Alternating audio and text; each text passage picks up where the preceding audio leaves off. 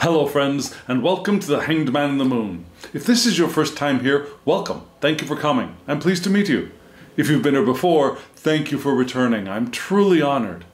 Friends, if you are a returning visitor, you know that this is my Back to Basics series within my larger context of my deep dive into the Thoth Tarot. The tarot created by Lady Frida Harris and Harris-Crowley. And so friends, the Back to Basics series, just in case you're new to this channel, is my series in which I've restricted myself to a limited number of cards. I've restricted myself to 3 tarot cards and only 2 oracle cards. And so this helps me, and I hope us, to focus more deeply and effectively, I hope, into each one of the cards that we are looking at, right? So, friends, I've got a spread already laid out, and I'll go into that spread. But before I do, let me bring up what I believe the direction of this spread is pointing to. We all know that when we live the intentional life, when we are engaged in moving in the direction of living intentionally, we are aware of the power that is available to us, which we call intention, right? And we know that the more open we feel, the more loving, the more joyful we feel, that is an indication that we are taking more advantage of the potential power of intention. And when we're feeling more restricted, we're feeling worried, we're feeling angry, we're pinching ourselves off from the potential power that is available to us, which we call intention, right? And we also know that as we live our intentional lives, as we flow with the power of intention, we are moving in the direction of things that we want to have, the experiences we want to have, the families we want to create, the lives we want to fulfill, and the people we want to become. And yet we also know that we don't want to get attached to the results.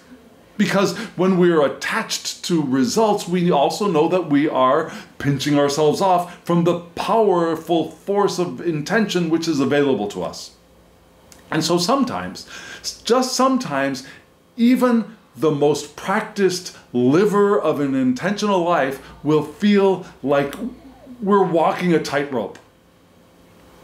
Yeah, sometimes we'll feel our emotions or our thoughts start to move us in an unbalanced direction, and we start feeling worried that we're not going to be able to live the life of intention that we want to live. Or we feel like we want something and we want it to be exactly like this, and we get attached to that, and we realize we don't want to be attached to that. And so there's this sense of walking a tightrope, that any misstep could throw us off into the deep end, perhaps, into the murky waters of negative intention, perhaps, of things we don't want to experience, or to the murky waters which will cause us to react to them, pinching ourselves off from the potential power of intention, right? Have you ever felt that? Well, first question should be, how intentionally are you living your life? How able do you feel you are to take advantage of the power of intention? If you feel like you're open to that intention, if you're open to that power, if you're open to the potential of moving in the direction that you want to move in, to evolve into the being you want to become, who has the experiences we want to have, this, I think, is the spread for you. Because we are all, at one time or another, going to start feeling a little bit wavery, a little bit unbalanced, a little bit of a lack of focus, right? And it looks like in the coming week, there is a potential for that. Now, just in case you don't feel like you're living your life intentionally, is this spread therefore not valid for you? It's also valid for you, because whether we know it or not, we are all living our lives intentionally. Whether we accept it or not, we are all living our lives intentionally. The question is, how effectively are we using our lives with the power of intention? And so this spread is also going to be valid or helpful for those of us who don't really pay too much attention to their relationship with intention.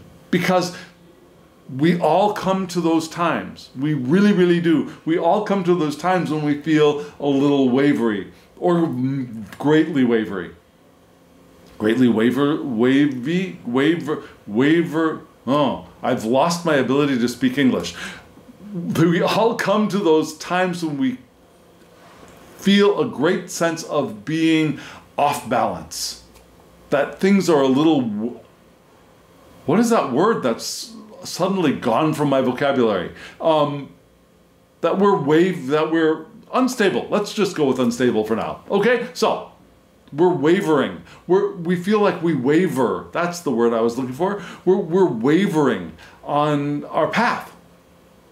And so I really strongly believe that this week's spread is going to give us some good help, some good advice, some good guides for those times. And just in case this next week is one of those times, I suggest we all pay attention. And let's read this together, okay? So friends, first, what will I do? I will show you the spread. The spread's already laid out. And we will break it down into its bits, and then we'll read the two major bits in it separately. Okay? So friends, here is the entire spread.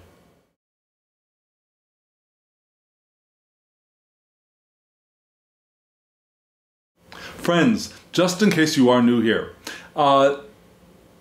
that spread is a spread that I've been using for quite a while now. Yeah, it's a small spread.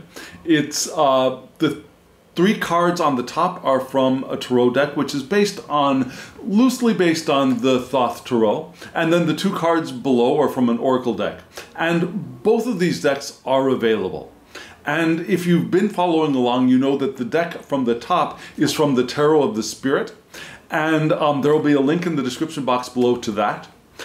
Also, the two cards up below were from an oracle called the Oracle of the Radiant Sun, and there will be a link to that deck if you want to purchase that as well. I highly recommend both decks, and I highly recommend getting the guidebook for the Tarot of the Spirit, because it's a chunky tome for one thing, and it's packed full of information, it's packed full of wisdom, and it's a very beneficial tool to use with the deck.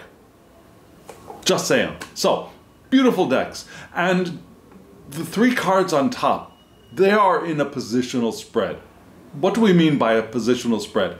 We mean that each one of the cards is responding to either a question or a prompt.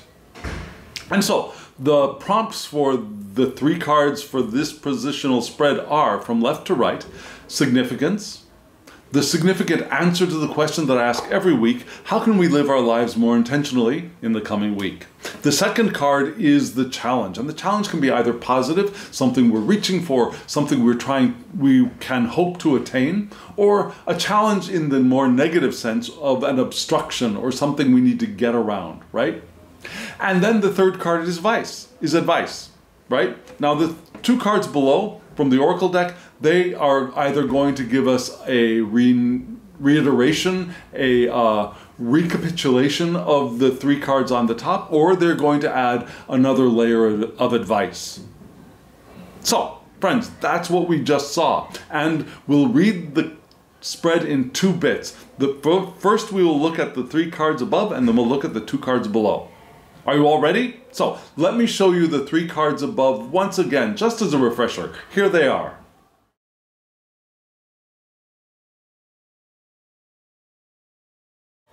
You saw from left to right, we had the adjustment card, which is called Karma in this deck. And then we had the Princess of Swords, which is called Sister of Sister of Wind in this deck. And then we had the Devil, which is called the Devil in this deck. Yeah? Now, you can see that the artwork is very different from Lady Frida Harris's artwork, right?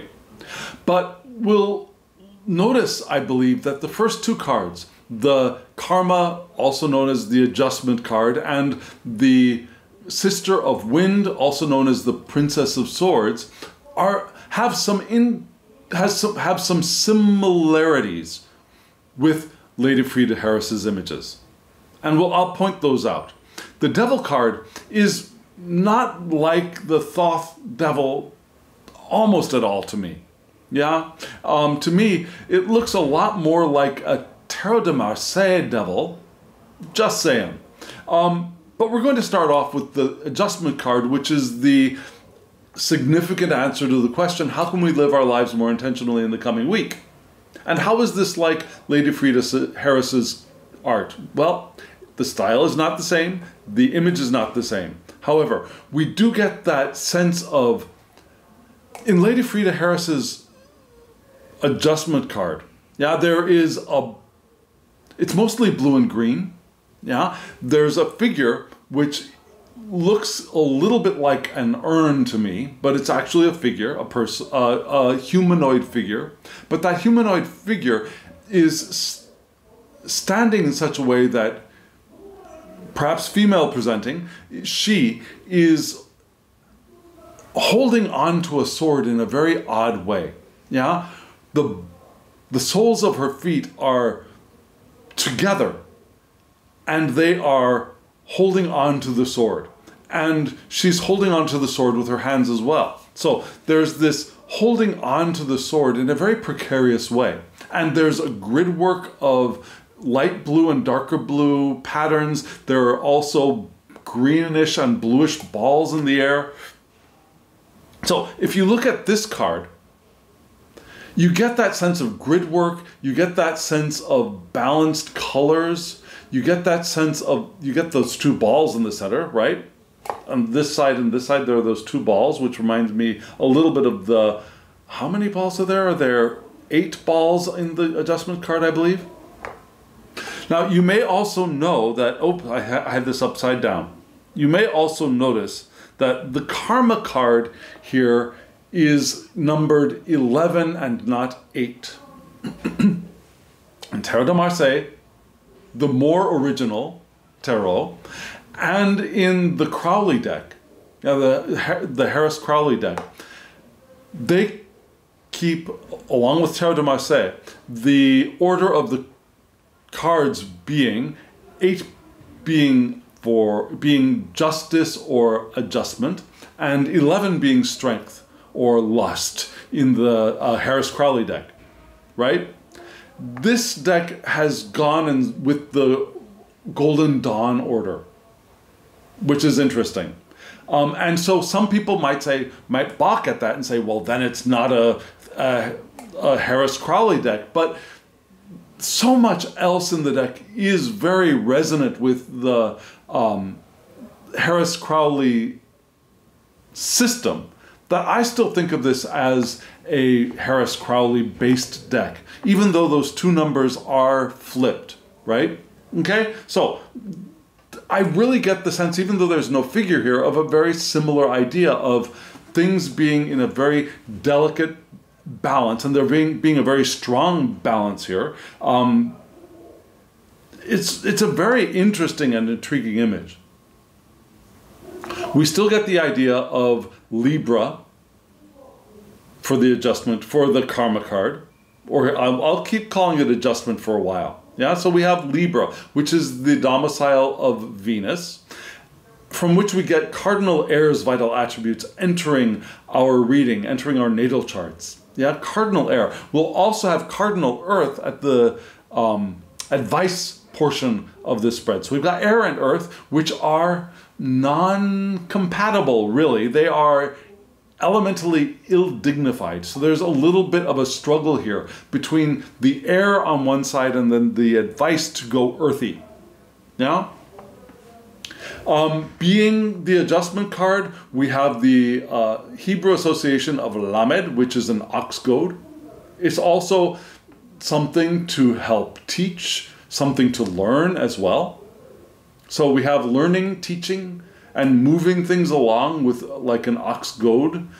We also have the rune Jera, which is the rune for harvest, reward, but also harmony, life cycles, and abundance. So we have all of those possible symbols streaming through this card. Now, Crowley says that adjustment indicates a balance that is in a delicate position. There's also mention of the butterfly effect, if you know that even the faintest breath of thought can stir the karmic field and have wide-ranging and strong effects at a distance, right?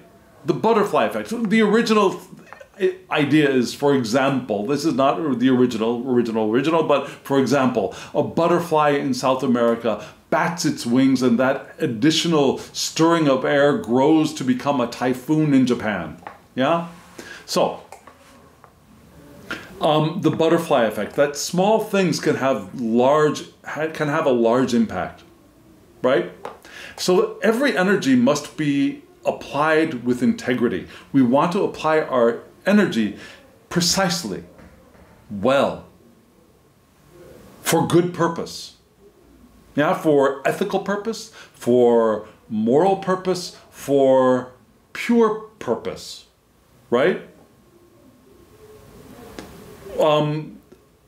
And there might be a call to suspend activity before taking action, so that we have perhaps that moment or that time to focus, to hone in on exactly the right action that is appropriate at this time and in these circumstances. Partnerships are possible, but partnerships should be in equal balance, and harmony needs to be achieved before taking action. So there's always this, in this card, the sense of harmony before doing, harmony before acting, focus before thought even. Yeah? We want to measure ourselves against what we have decided to accomplish. Are we up to the challenge? Are our perceptions of reality accurate?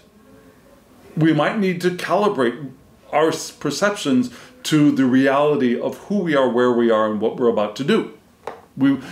There's the potential for our perceptions to be a little off kilter, a little skewed, biased even. So we want to make sure that our perception, our thoughts, our intentions are honed and precise and accurate and moving in the direction that we want to move in before we take any action. And that action could be thought action even. Because our thoughts become things. Our thoughts have an effect on our experience of the universe, right? Now, the creator of this deck in particular calls the card Karma. So this creator says that we should not deny the consequences of our actions, thoughts, or words. So, in addition to all that, we want to recognize that every thought, every action, every word has consequences. We don't want to deny that. So, she suggests that we embrace love, which is an interesting addition to this card. Yeah, embrace love, which could bring in Venus, the Venus in Libra, part of the adjustment card attributes. Right? So harmony, cycles.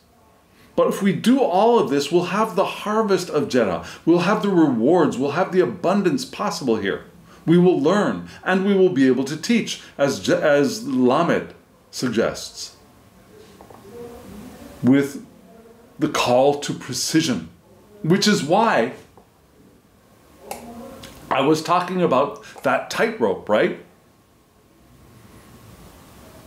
That the image of Lady Frida Harris's justice image, balanced. She's not moving in the card, but feeling, there's a feeling of precariousness there. Yeah? Everything is balanced here too, but one small thing could send all of this energy spinning off in a destructive way. And so it might feel a little bit like we're walking a tightrope. So what happens when we hear that a loved one is having a hard time or is in danger? Or something even less consequential as somebody puts a dent in our car. Yeah?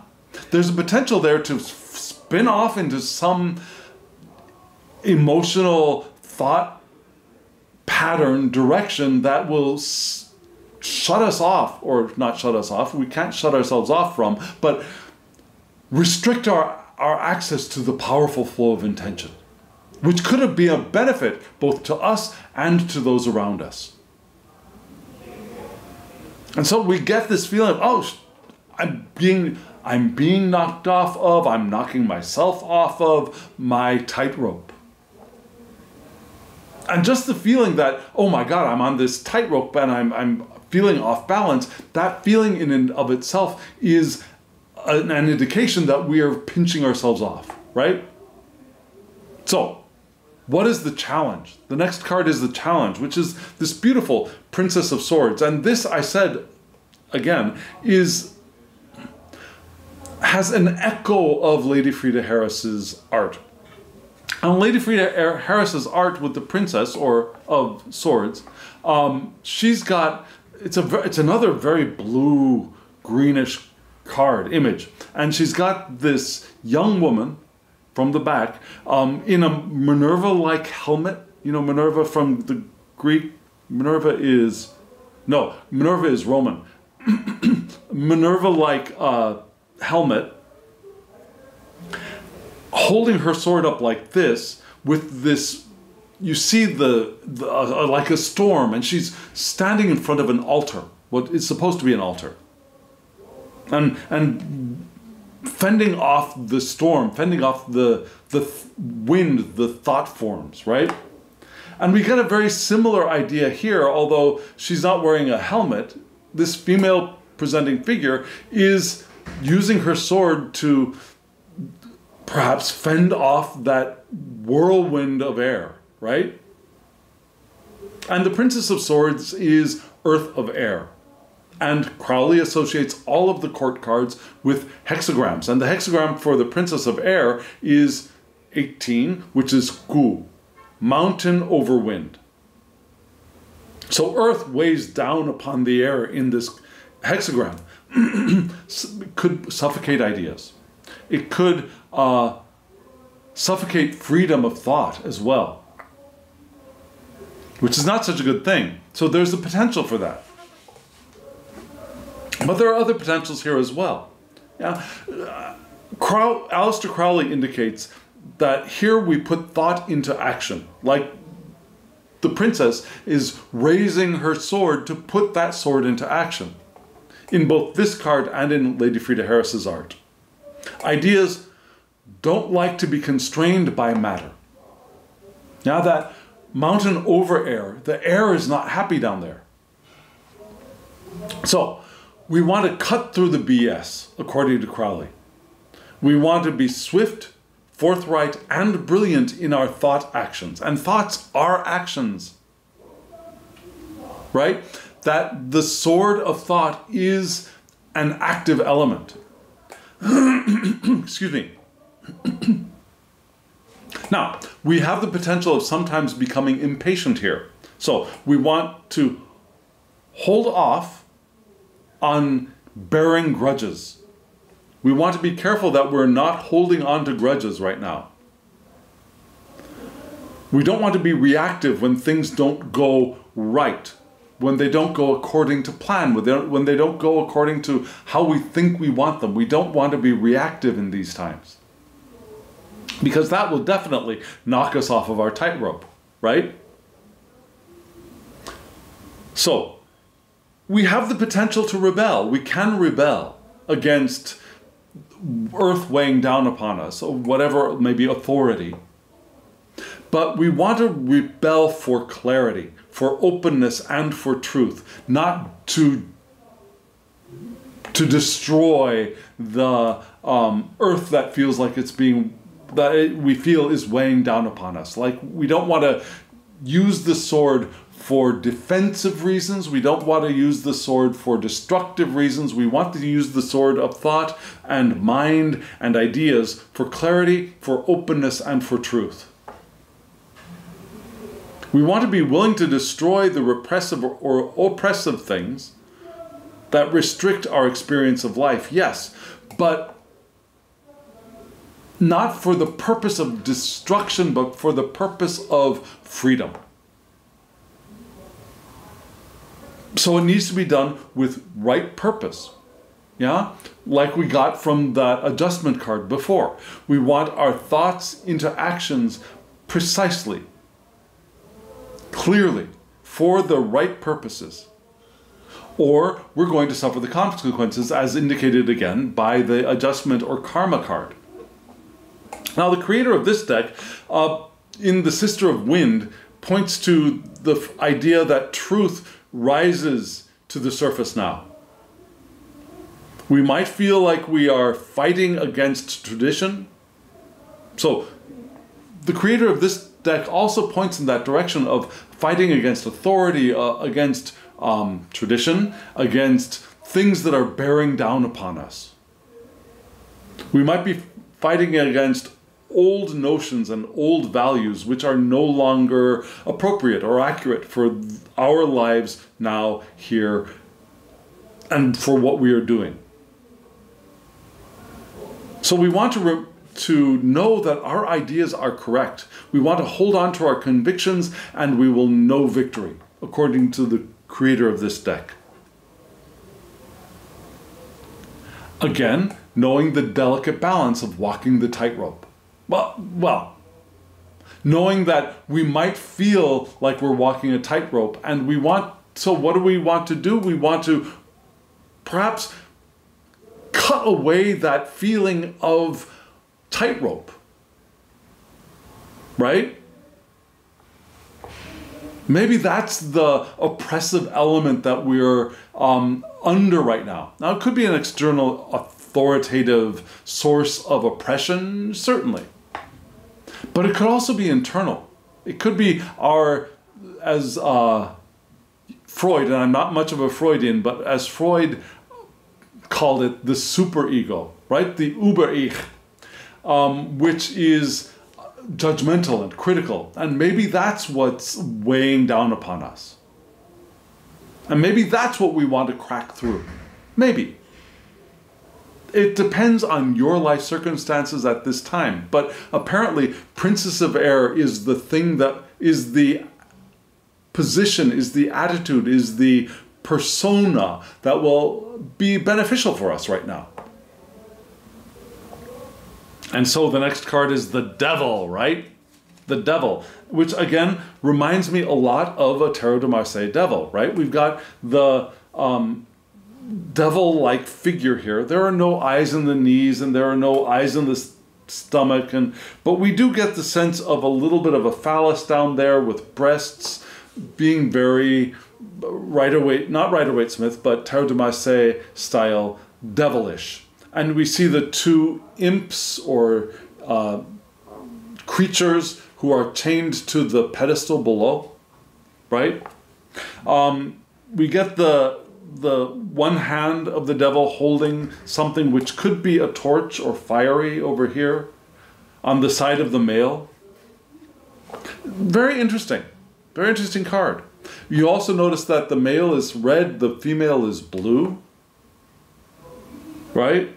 We can also see very small that we have the glyphs for both Capricorn and for the Hebrew letter, which isn't a glyph, I guess, of Ayin, right?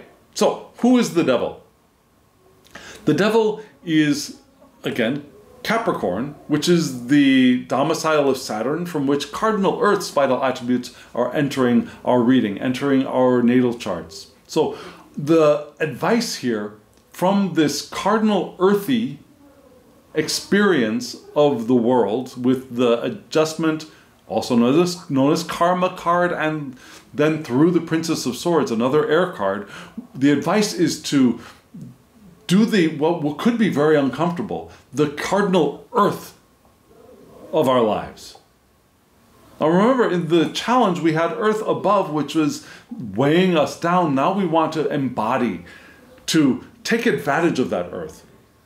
That's the advice. Cardinal earth our way through this.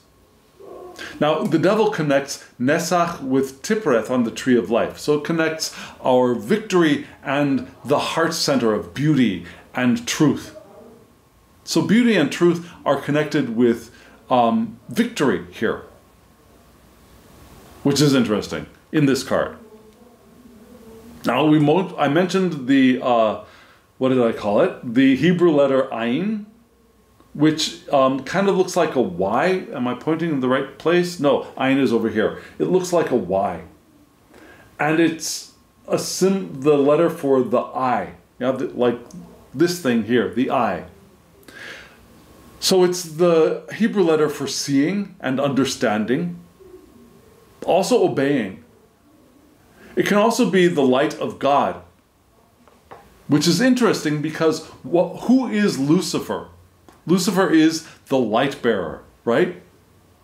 Before the fall, Lucifer was the beautiful one, was the bearer of the divine light. So we got that through Ayin here as well. And we have the rune Sewillow, which kind of looks like a lightning-shaped S. And Sewillow is the rune for the sun. So we have elemental power and victory in that rune. Again, success, knowledge, and will. So there's a lot of success in the rune and Hebrew letters associated with the cards, adjustment, and the devil. So what is this card telling us? Well, according to Crowley, this is our utmost physical and creativeness.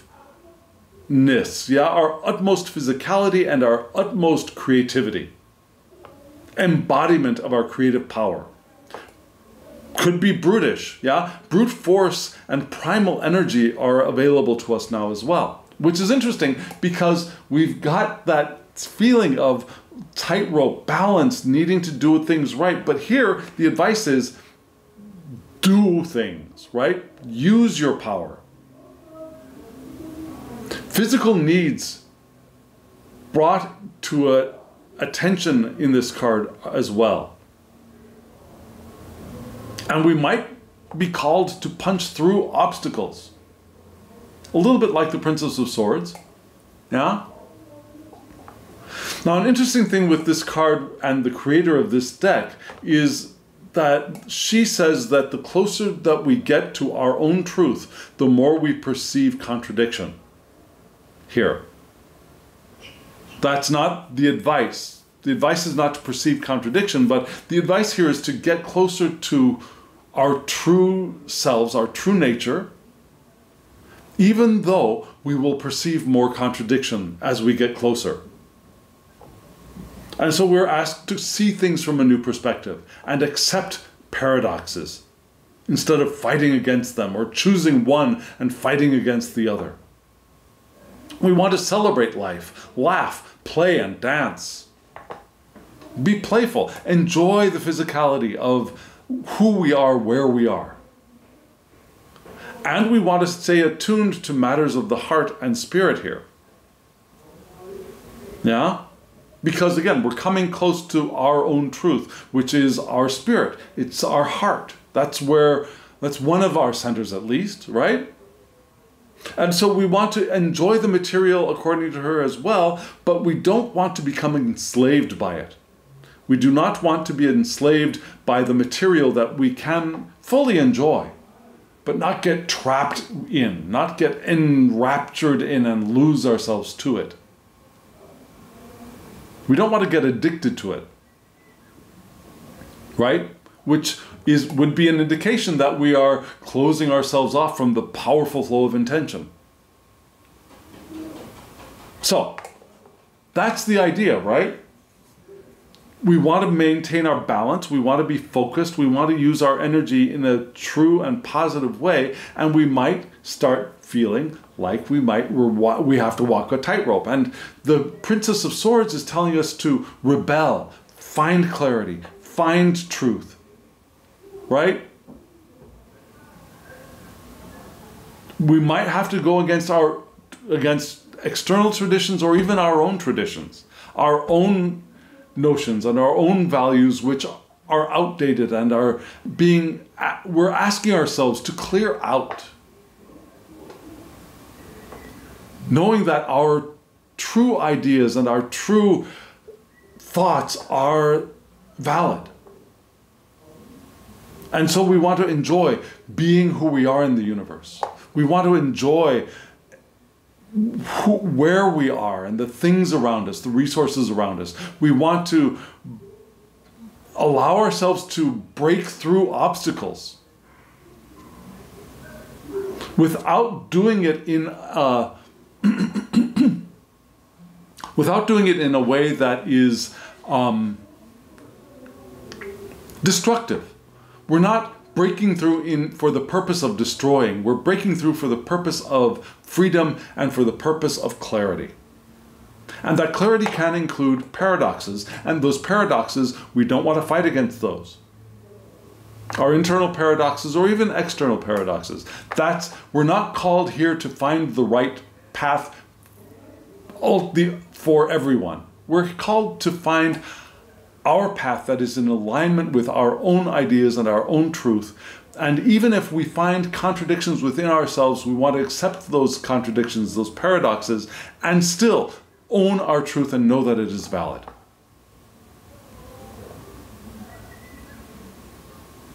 And recognize the power that is available to us, right? Does that make sense?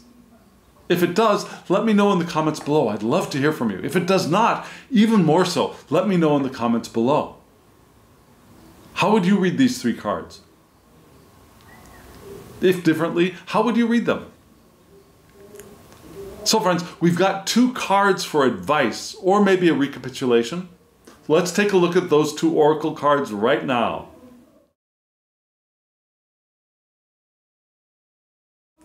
Friends, those 2 cards you just saw from left to right were Fortune and Drama, right? And they're very interesting images. We'll start off with Fortune here. Fortune is, as you can see, the sun in Leo, which is perfection. Yeah, the sun is domiciled in Leo. A perfect place for it. And so in this image, what do we see? We see the sun warming the world, giving creative life.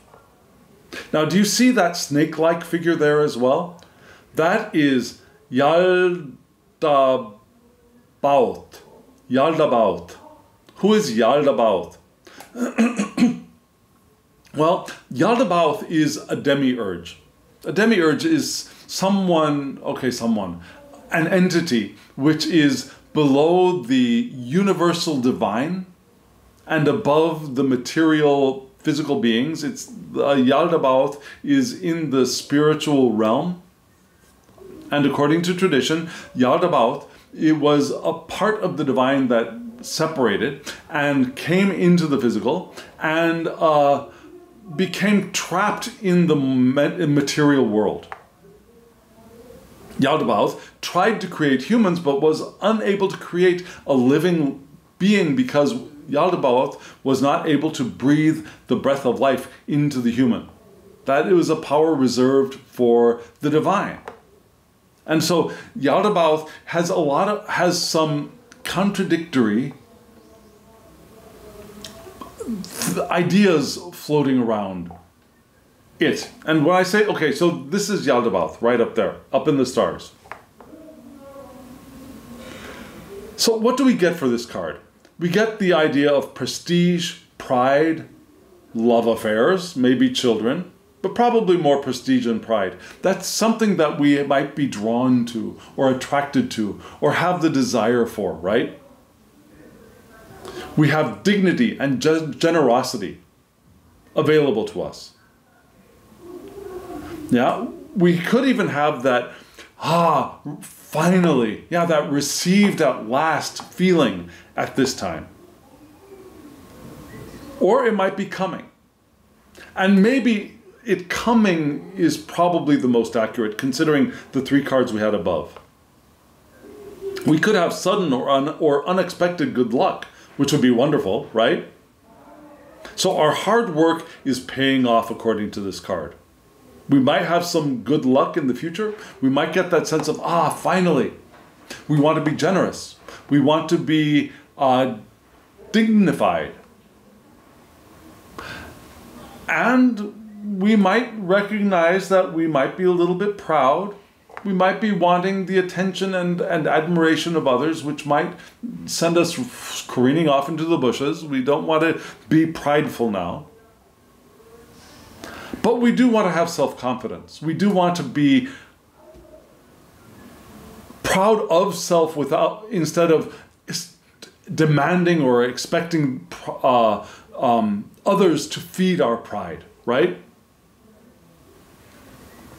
So, one nice thing is that this card also lessens the negativity of any card near it. And the next card near it is what? The next card near it is this wonderful drama card, which is interesting because this card is associated with Mercury in Leo. So we had the Sun in Leo, and now we've got Mercury in Leo. Interesting for a couple of reasons, right? We did not have any of these zodiacal, planetary, astrological elements in the 3 cards above. We had Venus and Libra and Capricorn and Saturn. We did not have the Sun or Mercury or Leo. So this is, I think, another layer, perhaps, of meaning or advice to the above spread, rather than one that emphasizes something in particular. And in this image, we have a Mobius, a trifold Mobius tube, which defies understanding according to the creator of this deck. And that Mobius tube is this thing that kind of looks like a snake with no head or tail. It looks a little like a snake body to me. Does it? Do you see that? Maybe it doesn't look like that to you. Below, the lion is roaring for attention. And there's a disc, which is a talisman securing our eloquence. Because Mercury is the communicator, the messenger of the gods, right? So this disc is a talisman for eloquence according to the creator of this deck. And inside of that talisman, we can see, I'm just double checking. Okay, yes, they are not zodiacal glyphs, they are magical glyphs, I believe. So for this card, big ideas and big thinking are called for. We want to have our visionary minds activated. Look to the future. See the possibilities of a grand project. Yeah? Be leonine about it. See the big thing that we can be moving in the direction of. And yet, we don't want to rush in the formation of our ideas. Yeah? We want our ideas to be formed slowly so that we are not easily dissuaded. A quickly created thought is able to be quickly destroyed. An idea that is formed slowly with precision, a little bit like that adjustment card above, right? With precision, will be durable. We won't easily be dissuaded from it. We will be able to take up our sword of the Princess of Swords and clear a path for it. So maybe we may need to be accepted as an authority by others. We may need to feel like we are recognized by others, which is a trap that we might fall into. But if we can present our ideas well, we will be well off. So we want to hone and practice our presentation skills. And we want to Believe. Yeah? We want to believe in ourselves, in our abilities, in that grand vision. Now, something else in this card, which I don't know applies, but I'll just toss it out there, that there's a possibility of a brief affair, which is mostly through written or through form or through words rather than a physical romantic tryst, right? There could be a brief, mostly written affair of the heart indicated here. Yeah, Mercury being the communicator, Leo, love affairs together, that's possible. But, you know, I think that considering the entire spread, I'm not sure that that's the direction that these cards are really pointing us towards. Big ideas, big thinking, future vision, but building it slowly, right? See the distance, see the largeness, and build in the direction precisely, slowly, clearly, with the truth of our own truths, right? Knowing that our ideas, as expressed by the Princess of Swords or the Sister of Air, are correct and are valid. Does that make sense, does it not? I think it does. So, in that challenge of the ill-dignified elements of air and earth, maybe these two fire signs, right? Leo, Sun and Leo is fixed fire. Mercury and Leo, well, we still have the fire of the Leo sign, right?